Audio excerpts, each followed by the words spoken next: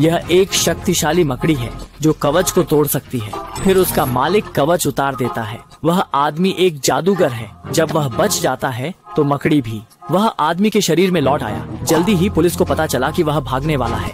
वे jail के दरवाजे पर पहुंचे, लेकिन आदमी ने उन्हें गिरा दिया और महिला सचिव के साथ उसे हथियारों के भंडार में ले गया। अंदर एक हथियार था। दोनों ने उसे उठाया और जल्दी से निकल गए। कोई भी दरवाजा आदमी के हथियार को नहीं रोक सकता था। जब वे दरवाजे पर पहुंचे तो उन्होंने देखा कि पुलिस खड़े थे, जबकि आदमी शांत था। वह स्थिर था। यहाँ बहुत गर्म है, क्या मैं खिड़की खोलूं?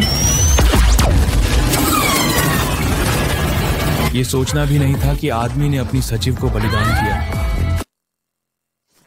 ये सभी नंगे कंधों वाले लोग फांसी की सजा पाने वाले अपराधी हैं। उन्होंने हर एक ने भयानक अपराध किए हैं। उन्हें फांसी दी जानी चाहिए थी, लेकिन देश के विभाजन के कारण उन्हें एक निर्जन द्वीप पर लाया गया है, जहां उन्हें असाधारण प्रशिक्षण दिया जा रहा है, जिसे सामान्य व्यक्ति सहन नहीं कर सकता, क्योंकि वे सभी कुछ न कुछ अपराधी हैं, जैसे कि माफिया के नेता, हत्यारे, डाकू, चोर आदि। इसलिए हर एक का एक अलग प्रशिक्षक है। उनके प्रशिक्षण का अंतर्निहित कार्य पड़ोसी देश के एक बुजुर्ग को मारना है। यदि वे सफलतापूर्वक अपना कार्य पूरा करते हैं तो न केवल उन्हें स्वतंत्रता मिलेगी, बल्कि वे पदोन्नति और धन भी प्राप्त करेंगे।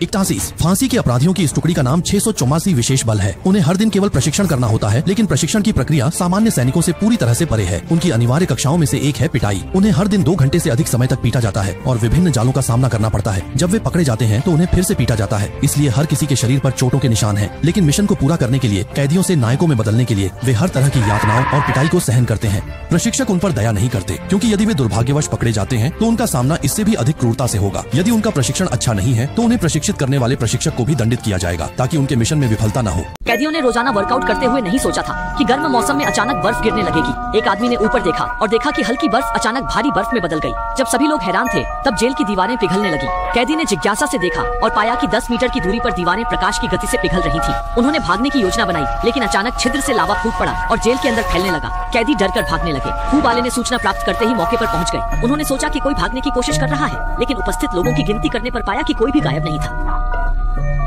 शाओमी ने समझ लिया कि यह सांप ब्याओ का एक चालाक योजना है। जब वह कमरे में गई तो सांप ब्याओ पहले ही भाग चुका था। फुबाले ने 3 किलोमीटर के क्षेत्र में तलाशी अभियान शुरू किया, लेकिन जो चीज मिली उसे देखकर वह ठहर गया। सभी को लगा कि रोबोट खून खराबा करने वाला है, लेकिन उसने बुद्ध की ओर बढ़ना शुरू किया। फिर रोबोट ने कहा कि वह बुद्ध के धर्म को समझने में सक्षम है, क्योंकि वह इच्छाओं से मुक्त है। अगर मानव भी सब कुछ छोड़ दे तो वे भी सिद्धि प्राप्त कर सकते हैं। इसके बाद रोबोट ने अपना प्रोग्राम समाप्त कर दिया और गायब हो गया।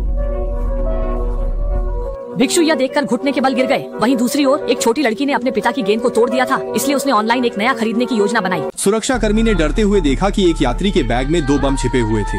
उसने तुरंत स्थिति को समझा, लेकिन अजीब बात यह थी कि उसने उन्हें जाने दिया और कहा कि वे अपना सामान लेना भूल गए, क्योंकि अगर बम फट गया तो 2000 लोग मारे जाएंगे। सुरक्षा के लिए क्यूंग भाई ने उन्हें जाने दिया और पुलिस को फोन करने की कोशिश की, लेकिन इस समय एक आतंकवादी हवाई अड्डे की निगरानी में घुसपैठ कर चुका था और क्यूंग भाई की हर हरकत पर नजर रख रहा था। जैसे ही उसने फोन किया, आतंकवादी ने उसे चेतावनी दी, अगर उसने फोन किया तो उसकी पत्नी की हत्या कर दी जाएगी।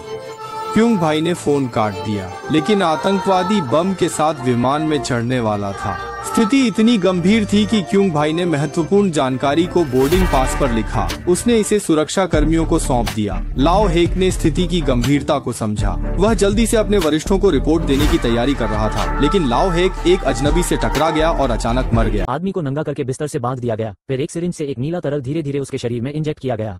तुरंत आदमी को असहनीय दर्द हुआ। उसका शरीर धीरे धीरे असामान्य हो गया। जल्द ही एक कंकाल में बदल गया, जो फिर पारदर्शी हो गया, जिससे वो अदृश्य हो गया।